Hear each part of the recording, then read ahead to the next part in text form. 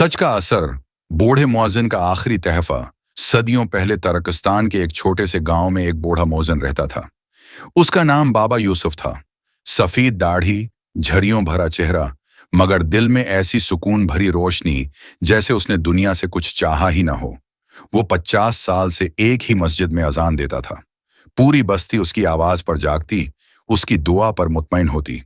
बाबा यूसुफ के कोई बेटा बेटी न थी, मगर गांव के सारे बच्चे उसे दादाजी कहकर पुकारते थे। वो सबके चेहरों पर मुस्कुराहट बखेर देता। लेकिन एक रोज गांव में एक नया इमाम आया। पढ़ा लिखा, खूबसूरत लहजा रखने वाला, मगर दिल में गुरूर भरा हुआ। उसका ख्याल था कि बाबा यूसुफ अब बूढ़ा हो गया है, उसकी जगह नए दौर का मुअज्जिन होना चाहिए। गांव वाले उसकी बात सुनते तो खामोश रह जाते, मगर उनके दिल में वो मोहब्बत न थी जो बाबा यूसुफ के लिए थी। फज्र की अजान का मंजर। एक दिन फज्र के वक्त जब बाबा यूसुफ ने मस्जिद का दरवाजा खोला तो इमाम साहब खड़े थे। उन्होंने सख्त लहजे में कहा, बाबा, अब आप बूढ़े हो चुके हैं। अजान देना नौजवानों का काम है। आज से मस्जिद का मुअज्जिन कोई और होगा। ये सुनकर बूढ़ा मुअज्जिन मुस्कुराया। गम भी था, दुख भी था, मगर चेहरे पर नूर वैसा ही था। उसने सिर्फ इतना कहा, बेटा, इजान मेरी नहीं, अल्लाह की इमानत है। अगर वो चाहेगा तो यही आवाज वापस गूंजेगी। और वो चुपचाप मस्जिद के सहन में जाकर बैठ गया। गांव की फजा बदल गई। नए मुअज्जिन ने अजान देना शुरू की। आवाज अच्छी थी, मगर वो असर न था जो बाबा यूसुफ की अजान में लोगों को रुला देता था। एक हफ्ता गुजरा। लोगों ने महसूस किया कि उनके घरों से बरकत कम होने लगी है। बच्चों ने कहना शुरू किया, अम्मी, वो वाली अजान कहाँ गई जो दिल को खुश कर देती थी। मगर किसी में हिम्मत न थी कि इमाम साहब का फैसला बदले।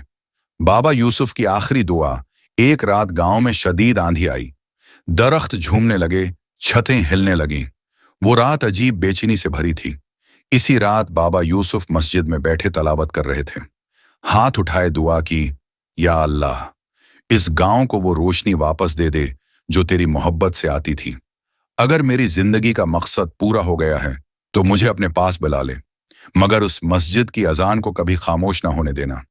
ये कहकर वो अपने जाए नमाज पर ही सो गए और नींद ही में रूह परवाज कर गई। फज्र का मौजिज़ा। फज्र के वक्त अजीब बात हुई।